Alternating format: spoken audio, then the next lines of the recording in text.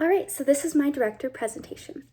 I'm going to just start with my directing hero because then you can kind of see why as I compare and contrast the two directors I chose. But for my directing hero, I chose Elizabeth Lecompte. She has something that George C. Wolfe doesn't. She has a heart for film being used on stage. I admired her work right when I started reading the interview. You see more real reactions when watching films.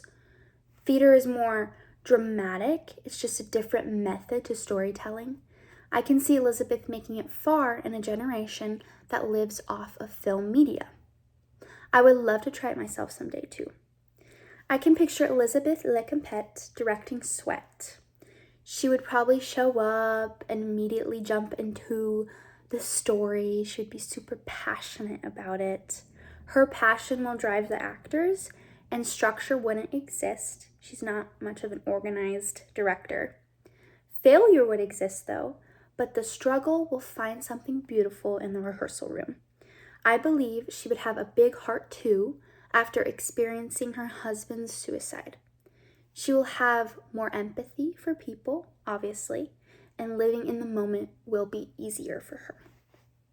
Okay, now, contrasting both directors.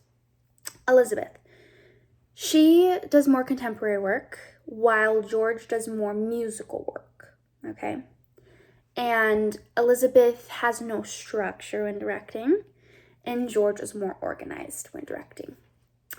Elizabeth makes the actors struggle because struggle grows a person. She said in an interview, watching people struggle with something they don't understand usually creates something good. Now, George says that rhythm is everything in a theater space. Laughing is a part of that rhythm. Applause is a part of that rhythm.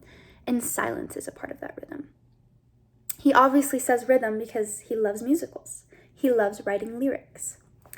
And also George plays with rich history and race.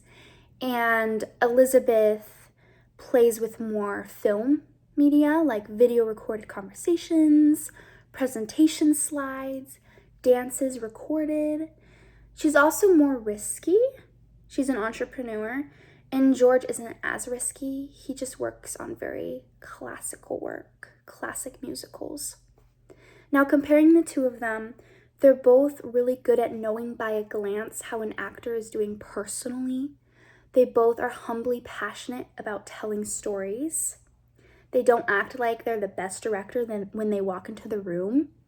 They give the actors a sense of belonging in the story. And they're just both well-rounded artists. And that is my director presentation.